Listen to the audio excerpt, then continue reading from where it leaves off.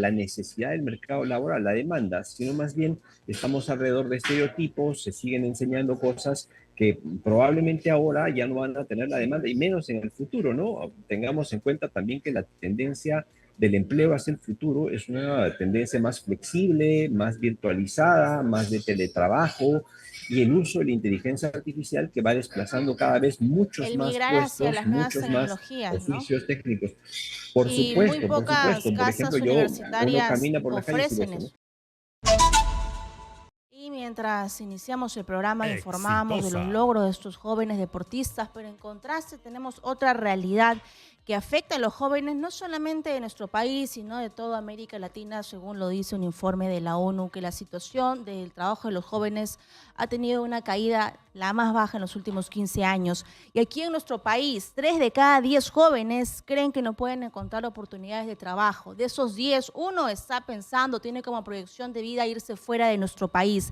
¿Qué pasa con el trabajo de los jóvenes? Vamos a conversar con nuestro invitado, Mike Arriola, abogado laboralista y ex consultor de la Organización Internacional del Trabajo. O sea, tiene mucha información, mucho bagaje cultural que compartir aquí en Radio Exitosa, pero lo más importante es buscar soluciones. ¿Qué hacemos para que los jóvenes no tengan trabajos informales, para que no piensen en irse a otro país, para que tengan las mejores condiciones laborales? Muy buenos días, bienvenido a Exitosa.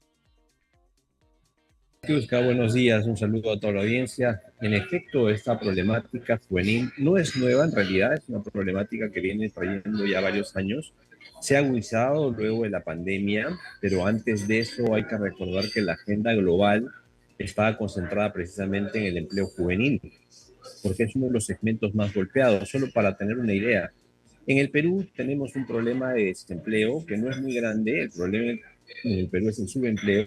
Más o menos teníamos un 4.5%, es decir, 5 de cada 100 personas pues está en una situación de desempleo. Pero cuando hablamos de jóvenes, hablamos de 15, es decir, 3 veces más que el desempleo adulto. Y esta era una tendencia, pues, en gran parte del mundo, ¿no? Los jóvenes tienen un problema para poder enfrentar una situación de desempleo eh, por varias razones. Primero, porque son jóvenes y el hecho de tener una edad tan corta hace que no tengas experiencia. Eso es Exitosa. algo natural, eso es consustancial a un joven. Cuando uno no tiene, pues, experiencia, su empleabilidad, su competitividad resulta siendo disminuida, que eso es algo que se va ganando con los años. Sin embargo, el problema principal era que también se acompañaba de falta de calificación, es decir, los jóvenes no reunían calificaciones acordes a las demandas del mercado laboral y eso hacía que terminen excluidos del mercado o enfrentando un desafío mucho más grande para poder acceder a un empleo. Entonces, ahora hemos afrontado cambios drásticos después de la pandemia. Tenemos problemas no solamente desde la oferta, no solamente desde los jóvenes y su situación, su falta de experiencia, su falta de capacitación, sino también tenemos problemas desde la demanda. Es decir, se ha contraído la demanda. Esto es muy sabido. El Perú ha venido afrontando en los últimos años una economía alicaída. Hemos estado en una recesión en algún momento. Nuestros indicadores macroeconómicos han estado muy bajos también. Hasta el día de hoy, este año también tenemos expectativas de crecimiento, pero no son las más deseadas y esto impacta directamente en la inversión que a su vez arrastra el empleo. Entonces, en la medida que no hay empleo, en la medida que también se ha retraído la demanda, pues el grupo más vulnerable, que son los jóvenes, son los que terminan de alguna forma perjudicándose y excluidos, ¿no? ¿Cómo revertir? La gran pregunta que has hecho, ¿qué podemos hacer? Eso, Varias cosas, desde la soluciones. política pública se puede trabajar mucho, pero se necesita un compromiso y sobre todo visibilizar la problemática juvenil, ¿no? Ahora, desde el punto de vista de los jóvenes, porque estamos dando cifras de una última encuesta que se ha realizado por una conocida empresa, los jóvenes con un empleo formal han señalado cuáles son los motivos para impedir que no consigan un trabajo. Experiencia laboral, 30.7%. El bajo salario, les pagan una miseria, Exitosa. 22%. Y la poca oferta laboral, 21.9%. Y aquí podemos ver que hay otros factores cuando hablamos del trabajo o el desempleo de los jóvenes, como los jóvenes nini, que ni estudian ni trabajan. En efecto, lo has mencionado muy bien. Hay un problema de precariedad del empleo en el Perú, eso también es muy sabido. La pandemia ha agudizado mucho más. Si antes teníamos algunos niveles de empleo formal en algunas regiones, y siempre han sido mínimos, ojo, estamos hablando de uno de cada 4 peruanos que puede tener, que son trabajadores que son parte de la población económicamente activa, que puede tener un contrato de trabajo, una formalidad, cuando tenemos a un grupo grande que no lo tiene, ¿no? Entonces, el problema de la precariedad sí es álgido. Los jóvenes principalmente son los más afectados por esta misma necesidad. Como no tienen experiencia, como no tienen adecuadas capacitaciones, pues se someten a las más altas exigencias y ciertamente injustas exigencias perniciosas de algunos empleadores que dicen, bueno, como no tienes experiencia, no tienes tampoco mayores oportunidades, mi poder de negociación es mayor, así que te impongo una remuneración muy ajustada, mucho más baja, ¿no? Entonces termino pagándole al joven mucho menos, no solamente lo que la ley manda como la remuneración mínima, terminan pagándose mucho menos, sino que también desprotegiendo porque no los ponen en la planilla, no tienen seguridad social, no tienen protección adecuada, entonces terminan precarizando mucho más su situación. La oferta es clara, uno cuando se da una vuelta por los emporios comerciales, Gamarra, etcétera, uno va a encontrar gran cantidad de jóvenes que están en condiciones de subempleo, ¿no?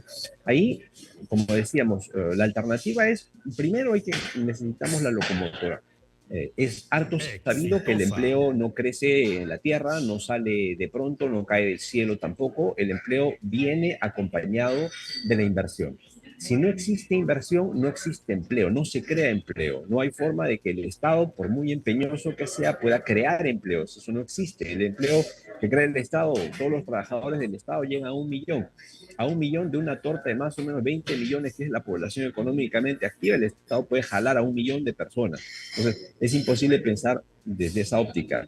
El sector privado es la única alternativa y para eso hay que trabajar condiciones necesarias para promover inversión nacional y extranjera y que esa inversión pueda demandar empleo. En Completamente de paralelo, el acuerdo. Estado debe pensar en que hay que formar a los jóvenes desde los colegios, por supuesto, y también hacer formaciones de corto plazo pertinentes y adecuadas a la demanda del mercado laboral.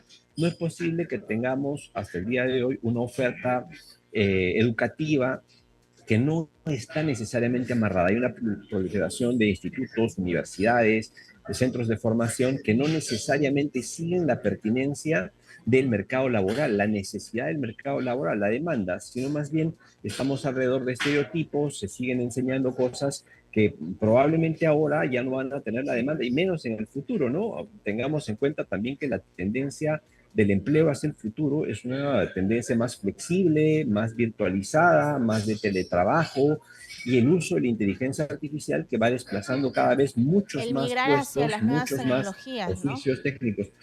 Y muy Por pocas supuesto. Por ejemplo, casas uno universitarias camina por las calles y ofrecen ves, ¿no? eso. Muy pocas. Uno se da una vuelta por la avenida Arequipa, va a encontrar varios institutos y ofrecen diseño gráfico, etcétera, como si fuera un potencial.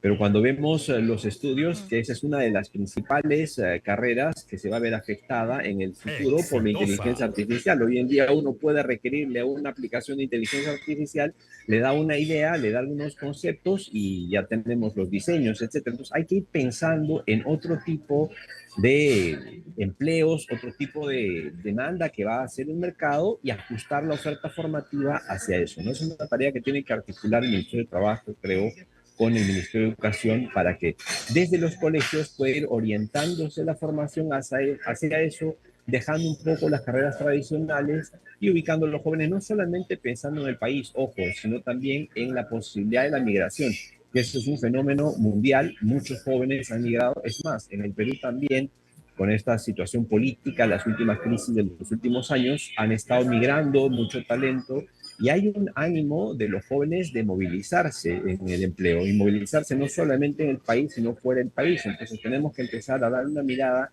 a ese nuevo empleo, al empleo más Fuga de virtual, talento. más, por supuesto, por supuesto. Muy bien.